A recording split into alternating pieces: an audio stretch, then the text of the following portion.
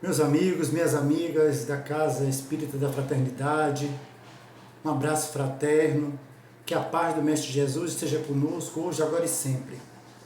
Bem, nos foi dada a grata satisfação de falarmos acerca da justiça das aflições.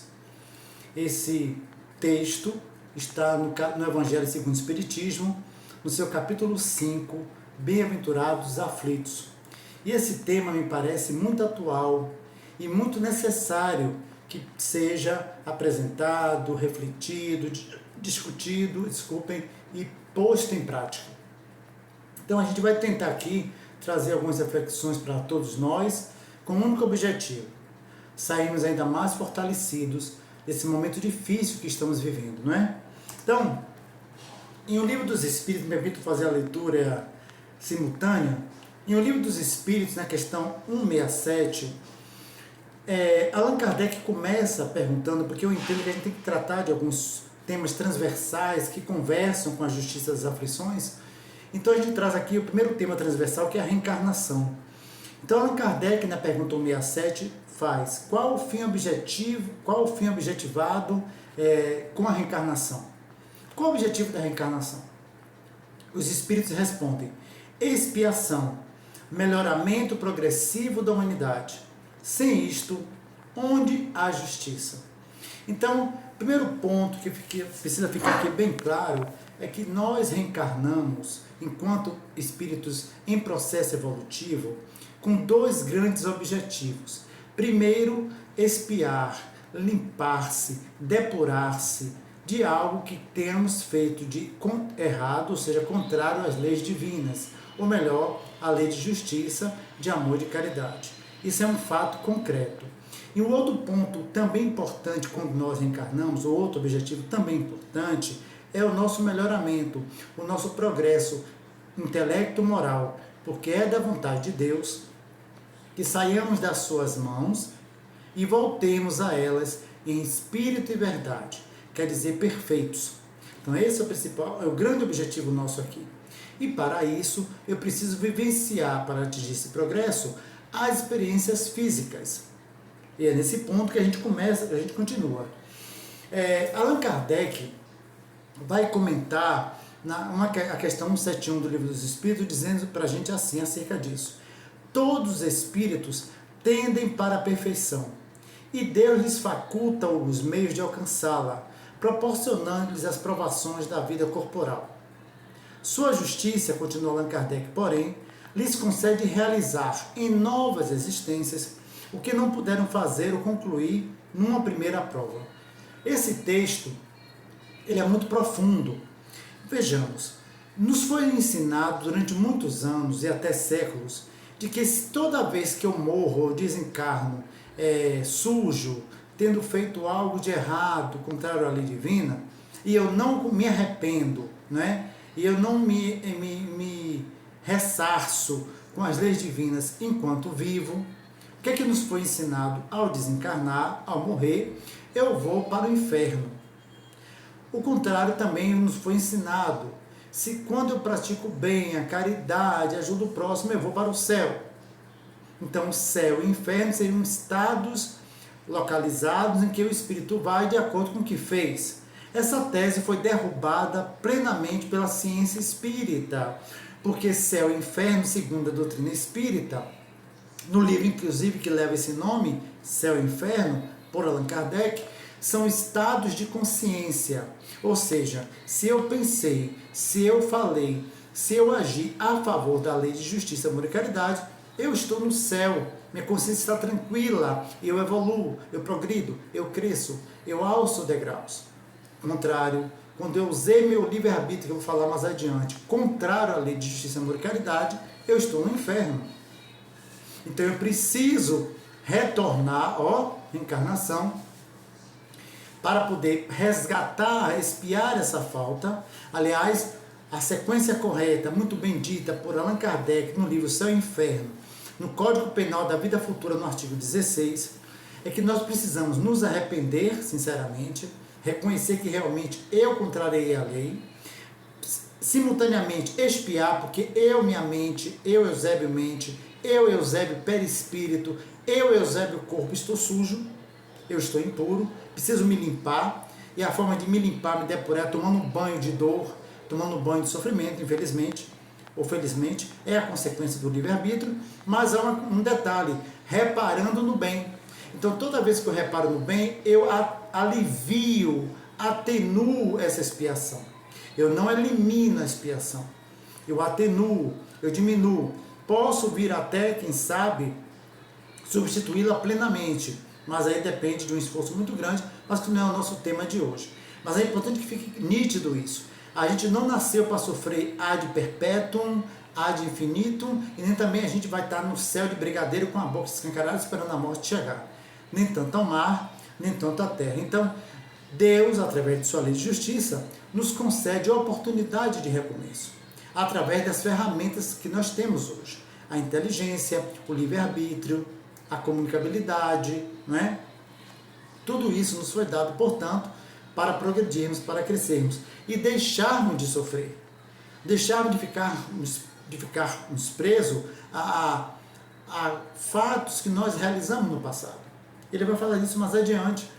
Na questão 875, Kardec vai perguntar aos espíritos nessa linha: como se pode definir a justiça? Aí os espíritos vão responder: a justiça consiste em cada um respeitar os direitos dos demais. Aí Allan Kardec sacou a resposta e fez só uma pergunta assim meio auspiciosa para os espíritos. E o que é que determina esses direitos? Duas coisas: a lei humana e a lei natural.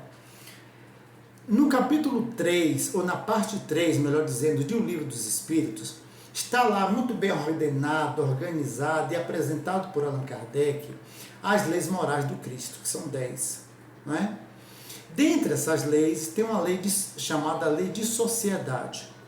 Essa lei, em tese, nos diz que no meu processo evolutivo, eu preciso fazer esse processo, percorrer esse processo evolutivo com o outro. Não existe possibilidade de você crescer sozinho. É na troca de experiência com o outro e com o meio em que nós estamos inseridos, é que a gente adquire esse conhecimento e essa moralidade. Mas para isso, eu preciso me relacionar com o outro de uma forma amorosa, de uma forma amistosa, de uma forma caritativa, de uma forma benéfica. Logo, eu não devo fazer aos outros o que eu não gostaria que os outros me fizessem. Porque toda vez que assim eu ajo, eu contrario a lei de justiça, amor e caridade e aciono outra lei que eu vou falar mais adiante, que é a lei de causa e efeito, que diz que eu tenho que receber de volta tudo aquilo que eu fiz, nem a mais e nem a menos. Então, como diz Leon Denis, nós somos os artífices do nosso próprio destino. Então, isso é importante estar pontuando, tá bom? E aí, quem vai nos cobrar ou exigir essa mudança de atitude para o bem é a lei humana, através do nosso Código Civil, Código Penal, etc, etc, mas a lei natural, através das leis divinas, muito bem ditas, nas 10 mandamentos lá com Moisés, nas bem-aventuranças com Jesus Cristo no Sermão da Montanha. Aí Kardec, de maneira mais auspiciosa, vai investigar um pouquinho mais a questão de direito, de cobrança, e aí ele vai fazer a pergunta aos espíritos na questão 876. Posto de parte o direito que a lei humana consagra, qual a base da justiça segundo a lei natural? Porque a lei humana através do Código Civil, disciplina nossas relações. Eu não devo violar o direito do outro, né? Está consagrado na Constituição os direitos fundamentais, não precisa aqui me auto-repetir. Mas na questão natural, já que eu não estava lá com Deus, eu não vi Deus escrever nada, como é que eu sei que eu estou cumprindo, ou o que é que eu preciso cumprir, não é? Diante das leis naturais? Então, os Espíritos vão responder: disse o Cristo que queira cada um para os outros o que quereria para si mesmo.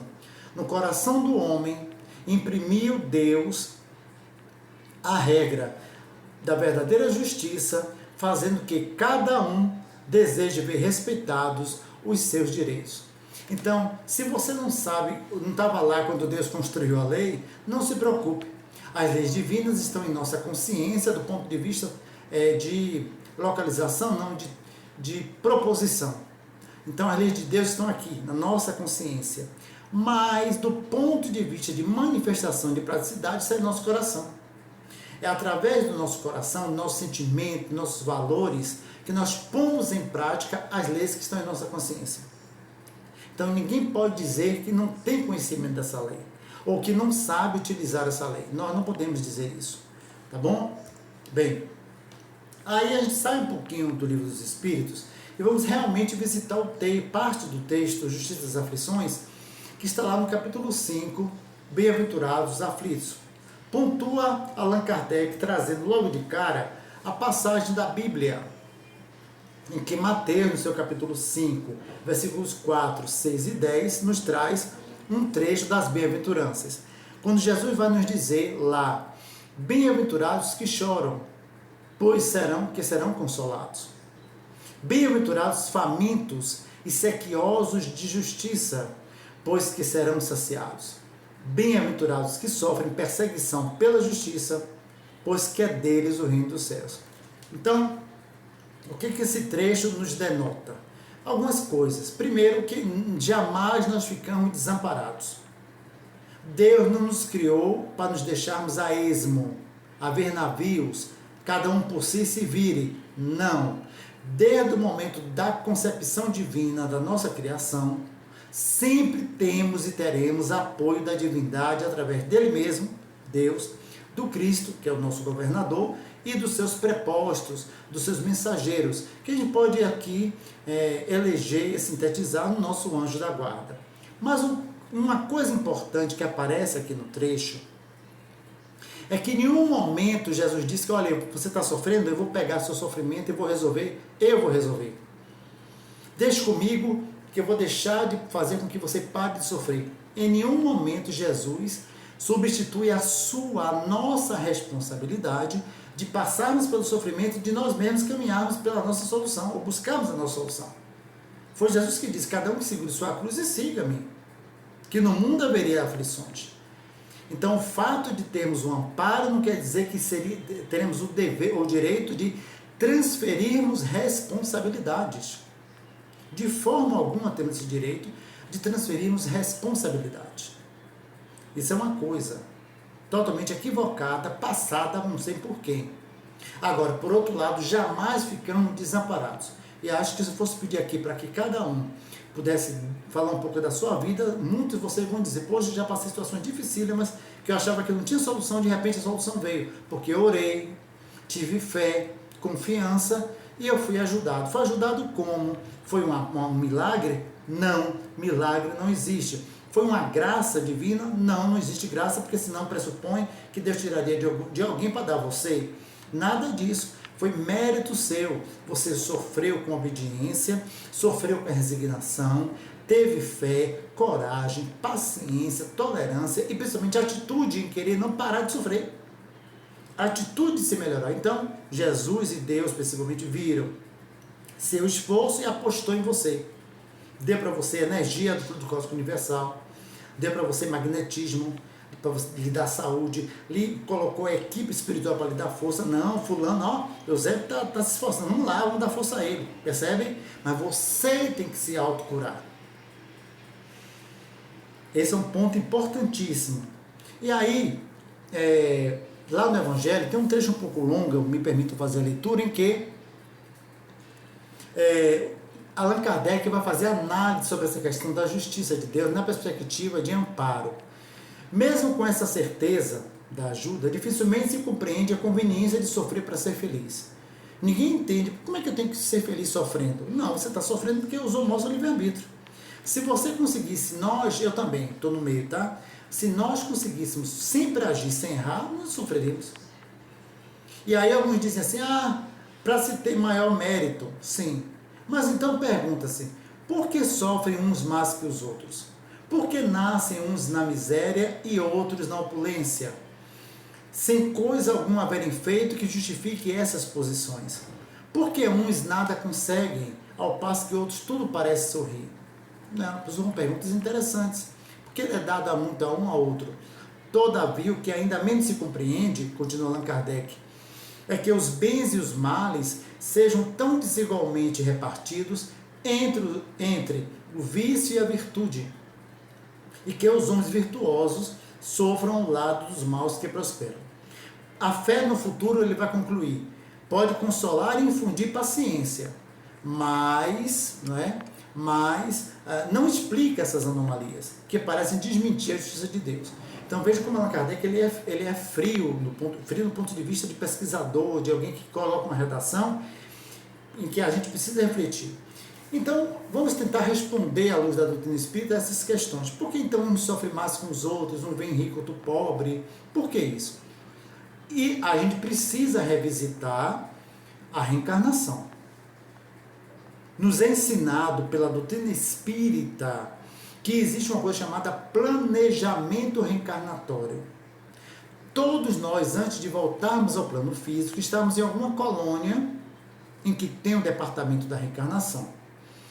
Eu estou aqui trazendo a narrativa muito bem posta por André Luiz no livro Nosso Lar e do Mensageiros e Obreiros da Vida Eterna. Então, na coleção dele, Na Vida do Mundo Espiritual. Então, André Luiz vai narrar isso, que nós estamos em alguma colônia que tem o departamento da reencarnação, e aí no momento de virmos para cá, nós somos chamados à sala do esclarecimento por mentores de alto coturno, de alta envergadura moral, intelecto moral, e nos é apresentados projetos, propostas, quando podemos decidir, para que nós pudéssemos decidir qual dessas propostas nós queremos para aplicarmos aqui quando retornamos ao plano físico. Então, de maneira bem didática, tá? Não é bem assim, é só para vocês entenderem. Eusébio, meu nome era Pedro, ou Maria. Você vai reencarnar na Bahia, no Brasil, Salvador, é a nossa primeira proposta, não é? Você vai ser, pela sua oratória, você adquiriu possibilidade de discurso, de você usar sua boca, sua oratória para desviar caminhos. Então agora você vai aprender, usar essa mesma habilidade de linguagem, de oratória para esclarecer, para confortar. Então você vai ser palestrante, espírita, mas também vai ser professor para educar almas que você desviou. E aí eles começam, a partir das minhas habilidades, das minhas competências, das minhas atitudes boas, planejar algo que eu possa ser útil. Mas também vão dizer, Eusébio, você usou mal essas ferramentas aqui, você se comportou mal, e olha quantas pessoas, quantas circunstâncias ruins você trouxe para você. Então você precisa revisitar essas situações que vai lhe causar dor e sofrimento, mas você precisa ser limpado dessas questões. Então eles apresentam todas as possibilidades e dificuldades do caminho. Mas lembrando uma coisa que precisa ficar bem nítida para você, para todos nós, guardem isso para sempre. Guardem isso para sempre. Nunca Deus planeja uma reencarnação para você cair. Jamais isso é feito. Quem diz isso é um mentiroso. Desculpa o termo forte. Todo o planejamento é para você ganhar, para você ser vitorioso. Prove seu discurso, Eusébio, eu provo. Vocês já imaginaram, nas minhas 10.000 encarnações para trás, no mínimo que a gente já teve, tudo que eu fiz errado viesse agora para eu pagar? Eu não ia aguentar. Então é dosimetria da pena. Quem estuda direito sabe o que eu estou dizendo. Dosimetria da pena. Ó, Eusébio é melhor ele passar por isso que ele vai conseguir chegar aqui. Porque Deus já sabe onde é que eu vou. Deus é onisciente, né? Ele já sabe onde é que eu vou. Então, dê por aqui, essa dorzinha dessa aqui que ele vai aguentar. Essa aqui ele não vai não, segura isso aí para a próxima. Então, eles vão até que ele tenha uma gordura, né, moral. Então, é tudo direitinho, não por conveniência, não é essa a questão, mas que você possa ser vitorioso. Porque foi Pedro que nos ensinou isso, o apóstolo Pedro. Deus não quer a morte do pecador, e sim o fim do pecado. Ou a morte do pecado, depende da tradução. Então ele não quer que eu caia. Então, onde foi que botaram na cabeça que minhas provas são tão difíceis que eu não vou conseguir? Se você está passando é porque você vai conseguir. E se você vai conseguir, é porque você vai conseguir. Na teoria isso é muito bonito, eu sei que vocês vão me dizer aí. Mas na prática também eu estou aprendendo que é assim. A gente cria um mundo, um monstro. Não, bota na cabeça, olha, se Deus permitiu que eu passasse por isso aqui através de sua lei de justiça, é porque eu posso vencer. Porque eu posso vencer. Agora, não existe conveniência, jeitinho. E o jeitinho que eu estou falando aqui é milagre, graça, não existe jeitinho. Se você parou de sofrer, parou de ter alguma coisa, é porque você já conquistou mérito. Você chorou calado de noite, não parou de reclamar, agradeceu a Deus por cada chibatada que você tomou no dia, você ainda apanhando tanto, matou a fome de alguém, a sede de alguém, ajudou alguém. Então não é justo que você permaneça com a dor. Não é justo, você conseguiu vencer. Então, você realmente se curou. Então, Leon Denis está correto mesmo. Eu sou o artífice do meu próprio destino. Perceberam? Então, ninguém aqui é vítima. E aí eu estou falando por mim. Paremos de repetir o discurso na casa espírita de vitimização. Ninguém aqui é demônio, e é um filho de Deus também, e também não é santo. Nós somos o que somos, fruto do resultado do uso do nosso livre-arbítrio, da nossa inteligência e da nossa linguagem. E aí, Allan Kardec vai aprofundar essa questão, voltando aí ao Livro dos Espíritos, na questão 825. Haverá no mundo que nós estamos posições em que o homem possa jactar-se de gozar de absoluta liberdade? Não, porque todos precisais uns dos outros, assim como os pequenos e os grandes. Então não tem como, e aí eu quero me focar na palavra no termo absoluta liberdade. É uma tese séria que eu vou trazer aqui, talvez controversa, eu respeitarei quem pense diferente. Não é uma invenção de Eusébio, é uma conclusão da própria doutrina espírita. Eu me peguei várias vezes, vou falar de mim porque aí fica fácil eu mesmo me autoavaliar aqui, não estou fazendo autobiografia. É só eu querendo me expor aqui para preservar vocês no meu discurso. Eu repetia sempre assim: quem manda em minha vida sou eu. Eu sou o dono do meu corpo.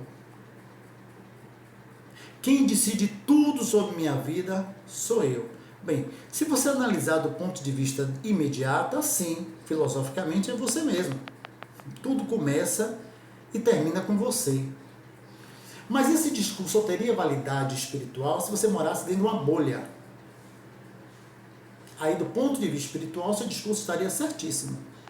Mas, a partir do momento que você se relaciona com o outro e com o meio, sua vontade está subordinada à vontade divina.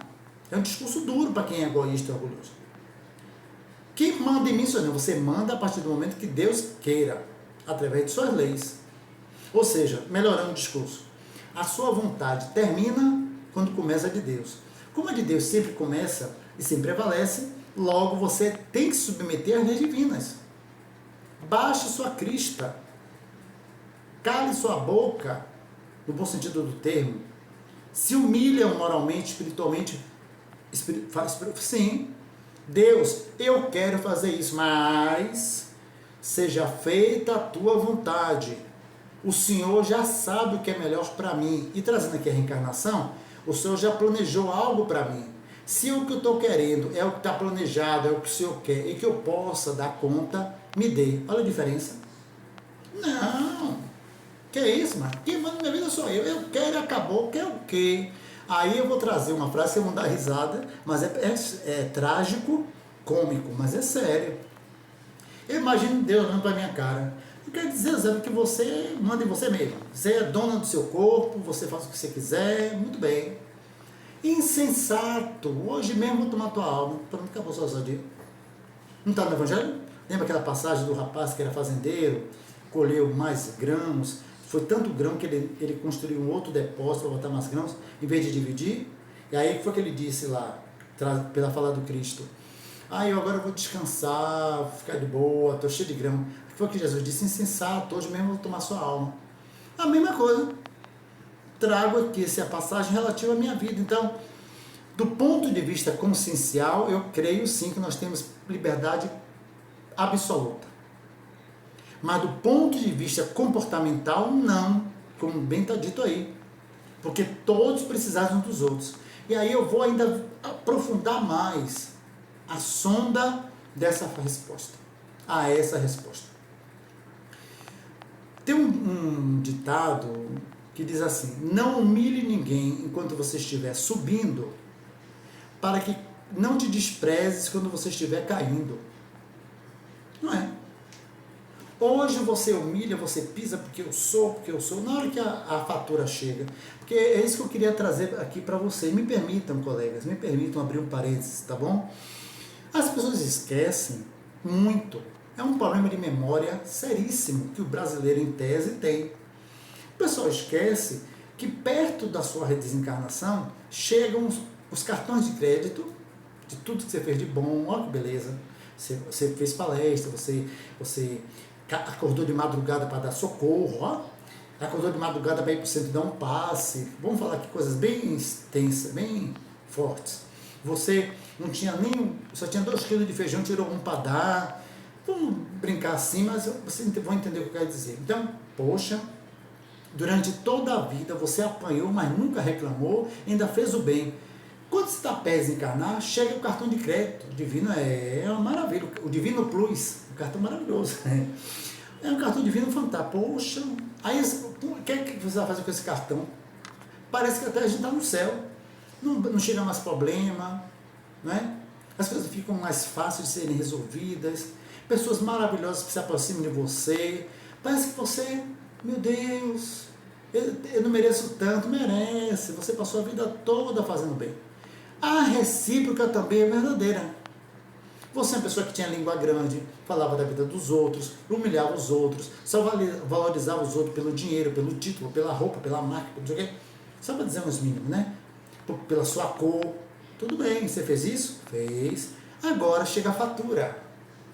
Ó, você no ano 2000 falou da vida dos outros, no dia tal minuto, entendem? A fatura chega. O problema nosso, quando eu digo nosso da humanidade, é achar que não tem que pagar nada. Não tem que resgatar nada. Não é bem assim, não. O resgate já começa aqui. E o final dela também. A gente não resgata lá, resgata é aqui. Então, oh meu Deus, aí, vou brincar agora. Oh meu Deus, eu estou apoiando tanto, não é possível, eu sou espírita, vou por cento todo dia, faço palestra, faço mediúnico, faço tudo, coro como, pois é, coro como que é a fatura que está chegando. E só chega quando a gente pode pagar. É duro dizer isso, mas é verdade. A fatura só chega quando você já pode pagar. Mas chega. O que o pessoal quer é milagre. Ah, eu matei, mas já passou, já me perdoou, já perdoei. Sim, a pessoa que você matou já lhe perdoou, é verdade, e você também se auto-perdoou, mas a sujeira fluídica continuou. É importante que vocês entendam o magnetismo, que magnetismo e espiritismo, na questão 555 do Espírito, dizem, são irmãs. Não se pode falar de espiritismo sem magnetismo, e vice-versa. O fato de você ter me perdoado, e eu ter lhe perdoado, ótimo, que bom, ó, mas o tapa ficou no cosmos, no fundo do cosmos universal, ficou aquele momento, guardem fotografia, quem estuda perispírito aqui sabe o que eu estou dizendo, né? Ficou gravado no seu perispírito aquele tapa. A mente até já limpou, mas o perispírito está lá, o tapa.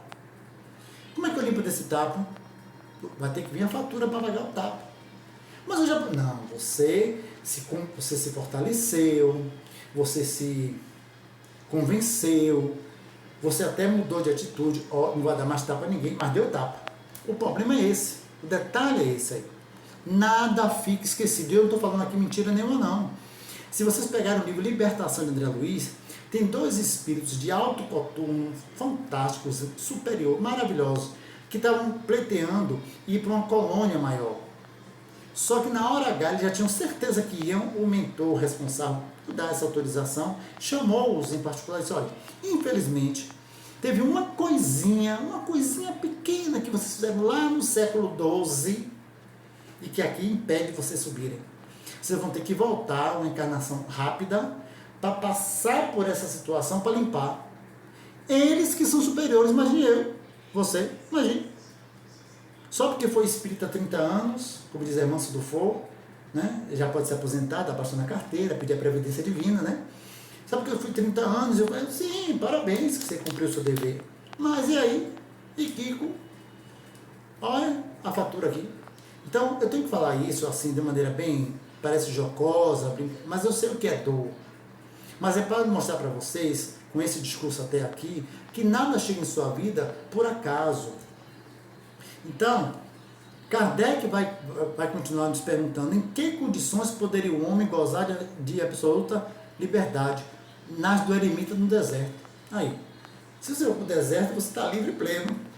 Desde que juntos estejam 2 homens, ó, há entre eles direitos recíprocos, que eles cumprem respeitar. Não mais, portanto, qualquer deles goza de liberdade absoluta. Pronto, acabou a zoada. Então, a partir de hoje, não repitam mais que você tem liberdade absoluta. Quem está dizendo aqui é o Espírito Superior. A não ser que vocês discordem dele, é um direito de vocês. E depois ele vem explicar direitinho, né, através da lei. Então, ninguém tem liberdade absoluta. E isso aqui é profundo. Por quê? Porque cai, que não é o tema de hoje, eu não vou aprofundar isso, eu vou deixar no ar a reflexão, a questão do aborto. Só vocês terem uma ideia, né, do suicídio.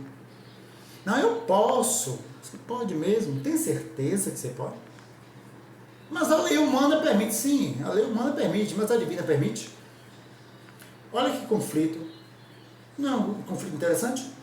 A lei humana, na questão do aborto, se não estiver enganado, tem duas possibilidades. Se a mãe está encarnada e o filho, em nascendo, pode gerar a morte dela, a preferência é quem já está encarnado. Pode abortar, não é isso? E a segunda é a questão de estupro, de violência sexual, não é isso? Pronto. Eu acho, do ponto de vista comportamental, justíssimo. Mas a lei divina, não. E agora faz o quê? Não me perguntem, porque não é o tema de hoje. Mas só vocês pensarem. Andar divino não é permitido. E aí? Aí você pode dizer, mas é o costume. Sim. É o costume desde que você não tenha consciência de que o Espírito existe desde o momento da concepção. Mas a partir do momento que você sabe, você lembra? Está no Evangelho. Me permite trazer o Evangelho para ajudar vocês a tirar essa... Quando os fariseus, Jesus disse, Pai amantíssimo, eu lhe rendo graças por não terem revelado isso aos pagãos e aos gentios, lembram? Aí os fariseus com a língua grande. Mas nós também somos cegos. O que é que Jesus disse? Até o momento que tu disseste isso, tu eras cegos. Mas a partir do momento que vocês disseram que são, já deixaram de ser. O que é que você pode trazer isso para o que eu estou falando aqui? Até quando eu não sabia, eu era ingênuo, iria responder, mas mais leve. Eu não sabia. Mas a partir do momento que eu sei, deixei de ser cego. Então vocês tirem agora essas conclusões. Percebem? Então veja como uma coisa é tão séria, essa questão de lei absoluta. Tem o homem o livre-arbítrio de seus atos? Agora chegou o livre-arbítrio. Pois que tem a liberdade de pensar, tem igualmente de obrar. Sem o livre-arbítrio, o homem seria uma máquina. Então, sim, o homem tem livre-arbítrio para agir. Aliás, quais são as ferramentas que você que está aqui me assistindo e eu tenho para a gente poder progredir? Inteligência, para conhecer, para estudar, não é isso? Raciocínio lógico, para discernir, refletir, não é verdade? Linguagem articulada para se comunicar, não é verdade? Então, são algumas ferramentas que Deus nos deu para podermos adquirir o conhecimento e a moralidade. Agora, Joana de Ângeles, no livro Rumos Libertadores, no capítulo 7, ela vai dizer o seguinte: todas as dores morais e físicas são precedidas de razões anteriores, cujas raízes podem estar em compromissos espirituais negativos desta ou das vidas anteriores. A gente já falou mais ou menos sobre isso já alguns instantes atrás, mas eu estou trazendo aqui Joana para reforçar o discurso. Que tudo que você está passando, que eu estou passando, que nós estamos passando agora, também é o resultado do que eu fiz em encarnações passadas, em anos passados dessa encarnação, há dias, há horas, há minutos, gerando compromissos espirituais negativos. Então esse é um ponto que precisa ficar bem nítido. A solução, que eu também estou me esforçando, eu não faço isso 100% não, eu estarei mentindo para vocês aqui, e sendo hipócrita comigo mesmo. Eu estou me esforçando para não fazer mais certas coisas que me deixaram com uma situação muito difícil, mesmo sendo espírita. Então eu não quero mais fazer. É uma luta que vocês não imaginam, a luta que vocês imaginam. É como diz Paulo, o bem que eu quero fazer eu não faço, mas o mal que eu não quero eu faço. Quando eu estou para engatar a quinta, dá ré. Quando eu estou para engatar a quinta, dá ré. Menino, dá um desespero, dá um medo. Mas eu vou seguindo. Aí eu dou uma de doido. Eu vou fazer mesmo. Aí eu passo aqui, então eu vou. Mas eu estou assim ainda, nessa fase. Não estou calmo, passando pelos degraus. Eu estou me esforçando para isso. Imagine nós outros que não fazemos muita coisa, né? Ainda Joana vai dizer em Rumos Libertadores: ninguém sofre sem própria razão causal. ou do contrário, a justiça e a sabedoria da excelsa misericórdia de Deus não passariam de utopia, quando tudo em natureza nos fala e demonstra a grandeza do Criador. Ao trazer isso aqui, eu queria trazer um contraponto que está em Ezequiel 33:13. Ezequiel vai dizer assim: os pais é que chupam uvas secas, e os filhos é que ficam descedentados, hipócritas. Cada espírito paga pela sua própria iniquidade. O que Ezequiel está dizendo que vai ao encontro de Joana aqui? Ninguém paga pelo outro. Não existe a história do filho pagar pelo pai, o pai pagar pelo filho, pelo avô. Cada um responde por si. Se era uma gangue, se era uma quadrilha, cada um tem sua dosimetria da pena individual. Ok? Porque se todos tinham consciência de que não deveriam fazer e fizeram, são responsáveis. As consequências do mau uso dessa consciência, liberdade, inteligência, que vai dar a dose da pena. Vou melhorar o discurso? Vou trazer para a casa espírita? Se eu estivesse falando aqui algo que não estivesse na doutrina espírita, vocês iam por educação deixar eu terminar a palestra, mas também não iam me convidar nunca mais. Não é? E também, com certeza, se fosse eu aqui, coordenador doutrinário, eu ia chamar atenção com a educação. Compreendo, meu irmão Eusébio, que você pontuou essa questão, mas do ponto de vista espírita é fundamental. Não é falta de educação, é porque vocês não podem sair daqui encarnados e encarnados com dúvidas. Ou melhor, com algo contrário ao que diz a doutrina espírita. Então, eu, Eusébio Palestrante, terei responsabilidade naquilo que eu estou dizendo. Então, eu não posso estar dizendo... Aí eu volto para a questão da liberdade. Eu não posso aqui no púlpito falar o que eu quero, não. Onde é que está escrito isso? Eu queria que as pessoas me provassem. Porque eu encontro muitos colegas que dizem, não, você pode aonde? Pelo que eu aprendi com Allan Kardec, em Obras Póstumas, no projeto 868, ele diz lá, na questão da divulgação, que eu tenho que manter a fidelidade doutrinária. Reparem que eu estou trazendo textos para explicar o que eu entendi do texto. Não é a posição de Eusébio. E trazendo casos de Eusébio em relação ao que eu estou dizendo. Não é opinião minha. Mas eu posso até dizer, olha, na minha opinião, você é feio. O Bahia é o melhor time da Bahia. Realmente é mesmo. Vou apanhar agora dos Vitória. Mas, vejam bem, é minha opinião? É. Não é da doutrina. A doutrina não fala de time, não fala de Bahia, fala de Vitória. Então, fica aqui um recado para mim mesmo. Tem muito palestrante espírita dizendo que não deve. Tem muito palestrante espírita usando o púlpito para desvirtuar a doutrina, descaracterizar a fidelidade doutrinária. Peço humildemente que repensemos nós, eu me coloco no meio, as nossas atitudes. E aí a gente fica mal visto, ninguém gosta da gente, acha a gente antipático, porque a gente está pedindo ao colega que fale que está na doutrina. Olha o que eu falei aqui do aborto. Eu nem me posicionei nem contra nem a favor. Eu trouxe para vocês aqui uma questão. A lei humana autoriza, em 2 casos, mas a divina não autoriza. Você vai ficar com qual? Não vai dar um nó na cabeça? Vai. Então, e aí, o que é que nos ensina a doutrina espírita lá na introdução do Livro dos Espíritos, quando vai falar da imortalidade da alma? Fique com Deus. Na dúvida, fique com a lei divina. Melhor divisão, no futebol não tem um conflito de jogadores, o zagueiro com o atacante? Pronto. Eu vejo a mesma situação. O zagueiro divino que segura para não fazer e o atacante que quer fazer. Então, na dúvida, fique com a divina. Que é essa que interessa. Quando eu voltar para o mundo espiritual, eu não vou ter mais corpo físico. Só o corpo perispiritual, corpo mental e eu, espírito mesmo. Então, o que acontece? Sim, agora, senhor, Sabiné o que, meu irmão? Você não podia se suicidar, você não podia fazer, mas Sabiné o quê? Eu quero que você me diga onde é que está na minha lei, na lei de Deus, que você podia fazer.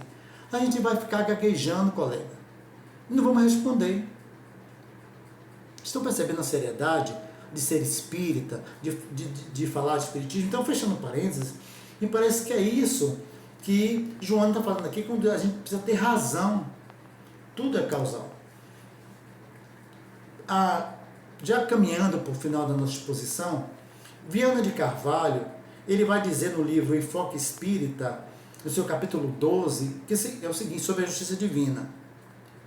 A justiça divina não compactua com aduladores nem com perdulários, com exploradores e nem piegas. É austera e pulcra, convocando todas as almas ao cadinho purificador, que é a base de redenção para todos que falirem. Quando eu fiz esse texto, porque Viana é um espírito que me ajuda muito, desde 2009, que ele me ajuda bastante, e puxa muito minha orelha. Mas veja bem, o que é que eu, Eusébio, me converso com esse texto? Não sei como é que você vai conversar com o texto, mas como é que eu me converso? Eu reclamo como que, sabiam? Mas Deus, veja bem, não é assim. Aí eu fico imaginando Deus assim, ó. Termino de falar, Eusébio. O senhor veja bem, porque veja bem, e sim, veja bem, eu estou mexendo no corpo, veja bem, Deus está calado. No final das contas, e aí, o que é que o senhor acha? Cumpre o que eu estou mandando. Pronto, acabou. Então, Deus não compactua com aduladores. Senhor, imagine, colega, Deus, o senhor é tão bom, o senhor é maravilhoso, o senhor é a luz que me ilumina, e Deus olha para sua cara, é verdade. Me engana que eu gosto, não é? Adulador. O senhor sabe, eu vou ao centro todo dia, falo do Senhor, eu faço palestra falando do Senhor, eu oro falando, eu faço evangelho, falo sempre do Senhor. Que bom. O que foi que Jesus disse no evangelho, colegas? Nem todos que dizem Senhor, Senhor, entrarão no reino dos céus. Não quer dizer com isso que a gente não faça isso. Falar coisas boas, falar de Deus é fundamental. Falar e sentir e vivenciar muito mais ainda. Mas não pense que isso vai comprar Deus. Não é ter fala mansa por fora e ser poucos caiados por dentro que vai lhe fazer melhor. Esse discurso não é meu, é do Cristo. Hipócritas. Quando Jesus fala dos fariseus que disseram que ele não limpou a mão, lavou a mão, não limpou o prato. Lembra disso? Pratos exteriores? Então foi Jesus que disse. O que adianta ser purificados, pulcros por fora e sepulcros caiados por dentro? Misericórdia. Então é muito duro isso. Mas eu vou aliviar. Né? Eu já puxei um pouquinho a minha orelha. Aí eu fui para a mensagem de Emmanuel que consola a gente um pouquinho, né? A casa do Pai é muito mais generosa que qualquer figuração de magnanimidade apresentada até agora no mundo pelo pensamento religioso. Em seus celeiros abundantes, há empréstimos e moratórias, concessões de tempo e recursos que a mais vigorosa imaginação humana jamais calculará. Meus amigos, esse é o parágrafo da nossa libertação. Depois de puxar um pouquinho a palestra toda, né? Vamos dar a solução da nossa situação. Olha o que Emmanuel vai nos dizer no livro Pão Nosso, esse texto. Em seus celeiros abundantes, há empréstimos e moratórias. Quer dizer, mesmo Deus sabendo que eu sou devedor para com suas leis, Ele não nos deixa falir. Ele nos empresta. Agora, ele empresta o quê? Não é uma boa pergunta? O que é que Deus me empresta? O corpo. É um empréstimo, não é meu. Bom? Ele me empresta a vida física. Ele me empresta a reencarnação. Não é? Ele me empresta as pessoas. Olha vocês aqui me dando a oportunidade de ser útil, os mentores da casa, a mentora, né, que é a dona Noélia, né? Então ele empresta, mas dá-te conta da tua administração. E moratória. Eu estou em moratória. Eu vou sempre dizer isso nas palestras. Moratória não é uma coisa inventada pelo Espiritismo, não. Eu recomendo que você leia um livro, Painéis da Obsessão, de Filomeno Miranda, que conta o caso de Argos, que ele ia desencarnar. Moratória é quando o espírito ele vem com uma carga fluídica para viver 30 anos. Aí, nos 15, ele já acabou com tudo. Era sexo, drogas, bebida, perder noite, carnaval, tudo que você imaginar. Então, com 15, adquiriu doenças, horrível. Então, com 15 anos, ele gastou tudo que era para 30. Só que ele tem tanta importância para Deus e para a sociedade que é feito um acordo espiritual com Deus de dar uma carga de mais de 15, uma carga para ele, esse espírito, para ele ficar mais um tempinho. Só que tem uma diferença. Você que está me assistindo aí, que não está em moratória, você está com aquela gasolina divina por seus 30 anos. Eu não. a cada 5 anos, no meu caso, a cada 10, são avaliados. Eu sou avaliado. Porque em 2009, em abril de 2009, não era para eu estar aqui mais. Sabiam? Não vou dizer o motivo, que me permitam a intimidade. Mas era para eu ter desencarnado em abril de 2009. Ó, partido dessa, umbral. Mas me foi dada uma oportunidade, porque do trabalho que nós fizemos na federação também, do ERG implantando no estado todo, etc, etc. Então, me foi dada uma moratória, só que a minha moratória depende de avaliação. A cada 5 foi o caso de Argos no texto, mas no meu vai a cada 10. A cada 10 anos eu sou avaliado. Como é que está Eusébio? Ainda deve aqui, mas já fez aqui. Então dá uma carga, mais 10. Entende? Isso parece uma coisa bonita, mas é muito doloroso. Porque eu não posso errar mais. Claro, às vezes eu me aborreço, isso eu posso, eu fico indignado, isso eu posso. Mas não posso mais errar. Então isso dá até uma tristeza por dentro. Mas não é problema de Deus, é problema meu. Quem procurou sarna para se coçar? Foi eu. Quem semeou o vento para colher tempestade? Foi eu. Quem engoliu com as pedras para andar na cabeça? Foi eu, não foi Deus. E tenho que agradecer a Deus, sim, pelo empréstimo do corpo e da moratória. Então não pense em entrar em moratória, que não é coisa divina, não é coisa muito boa, não. Agora, no entanto, é um alívio, porque, poxa, meu Deus, graças a essa moratória eu estou aqui hoje. E graças a vocês que me deram a oportunidade de estar aqui hoje. Então, olha, se não fosse a moratória, eu não estava mais aqui. Então, moratória é uma coisa muito importante, porque a gente ganha mais tempo, não é? Então não dá nem para pensar nisso. Mas se querem estudar sobre isso, a obra fantástica, perfeita, a meu ver, para vocês entenderem, bem no caso, bem simples, é no livro Painéis, todo o livro, Painéis da Obsessão, que vai tratar do caso de Argos, tá bom? Então, isso consola, não consola?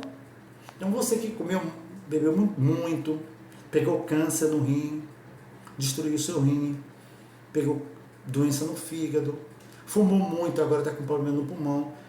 É um suicídio indireto? É, mas que bom que você está em moratória. Ó. Deus disse, não, a pessoa errou, usou mal o seu fluido, gastou seu corpo, mas eu preciso dessa pessoa.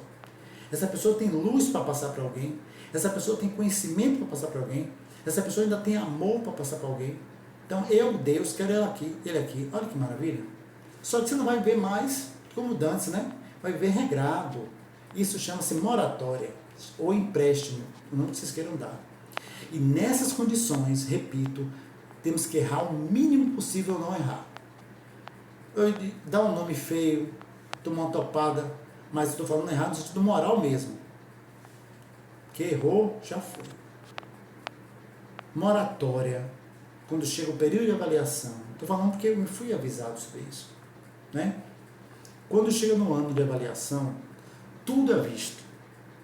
E aí o dia D, que eu não sei qual, esse dia só Deus sabe, que eu sou avaliado,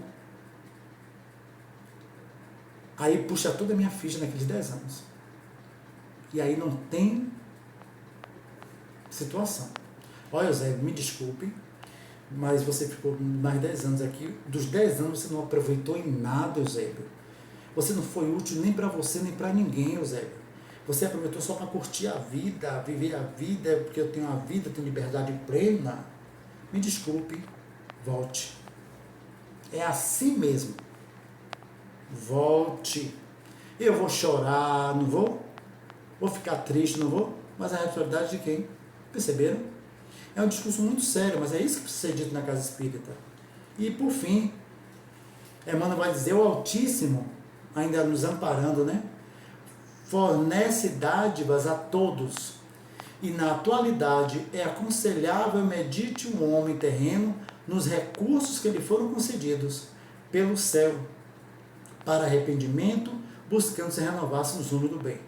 Aí eu concluo essa palestra trazendo João Batista aqui para conversar com a gente. Dizer, João Batista, sim.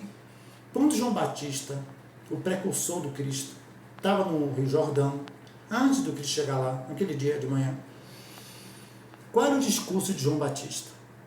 Arrependei-vos enquanto estás a caminho com a água, arrependei-vos sinceramente, se batizem com a água, porque aquele que virá após mim batizará você com fogo, não é? Lembra dessa passagem? Então o arrependimento é o primeiro passo. Arrependimento é o primeiro passo para a nossa libertação. A expiação é o segundo passo. Eu tenho que me limpar do meu perispírito, porque o corpo vai para o cemitério. Eu preciso limpar o meu perispírito. E o terceiro passo, reparar no bem. Trabalhar no bem. Não tem outro caminho para a gente poder evoluir que não seja um trabalho no bem. Então eu acredito que nessa tarde, né, a gente trouxe aqui para vocês, meus colegas, essas humildes reflexões, não menos profunda, acerca da justiça das aflições, que está lá no capítulo 5 do Evangelho. Bem-aventurados os aflitos, né, porque serão consolados pelo próprio Deus. E nos abençoe e nos ilumine, hoje, agora e sempre. Muita paz.